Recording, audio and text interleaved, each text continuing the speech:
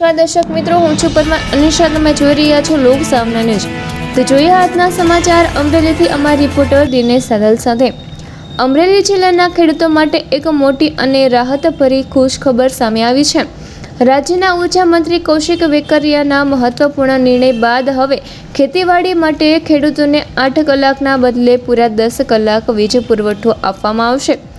ખેડૂતો લાંબા સમયથી ખેતી માટે પૂરતા વીજ પુરવઠાની માંગ કરી રહ્યા છે.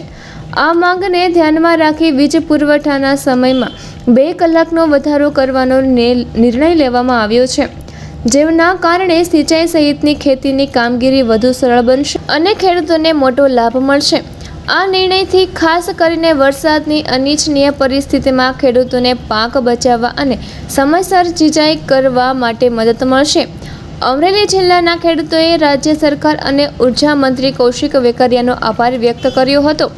ખેડૂતોના હિતમાં લેવાયેલા આ નિર્ણયને કૃષિ ક્ષેત્ર માટે મહત્વપૂર્ણ પગલું માનવામાં આવી રહ્યું છે અને આગામી સમયમાં ઉત્પાદન વધારવામાં પણ તે મદદરૂપ બનશે તેવી આશા વ્યક્ત કરવામાં આવી રહી છે. પ્રથમ તો રાજ્યના યશસ્વી મુખ્યમંત્રી આદરણીય ભૂપેન્દ્રભાઈ પટેલ સાહેબ, નાયબ મુખ્યમંત્રી આદરણીય હર્ષભાઈ સંઘવી સાહેબ, અમારા વિભાગના કેબિનેટ મંત્રી આદરણીય ઋષિકેશભાઈ પટેલ સાહેબને હું લાખ અભિનંદન આપું છું.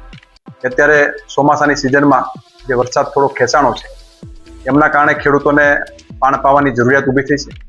દરેક વિસ્તારમાંથી ખેડૂતોની માગણી આવતી હતી કે 8 કલાકની જગ્યાએ 10 કલાક વીજળી આપવામાં આવે, અને રાજ્યના યશસ્વી મુખ્યમંત્રી આદરણીય ભૂપેન્દ્રભાઈ પટેલ સાહેબ દ્વારા નિર્ણય કરવામાં આવ્યો છે કે 8 કલાકની જગ્યાએ 10 કલાક વીજળી ખેડૂતોને આપવામાં આવશે. આજે ખાસ કરીને 10 કલાક વીજળી આપવાની શરૂઆત આજે અમરેલીમાં પણ થઈ ગઈ છે. આવી રીતે ત્યાં પણ માગણી ઊભી થશે, ત્યાં 10 કલાક વીજળી આપવાનો નિર્ણય જ્યારે મુખ્યમંત્રી સાહેબે કર્યો હોય ત્યારે મારી એમને હૃદયથી શુભકામના પાઠવું છું. તો ફરી મળીશું એક નવા સમાચાર સાથે. ત્યાં સુધી જોતા રહો લોક સામના ન્યૂઝ.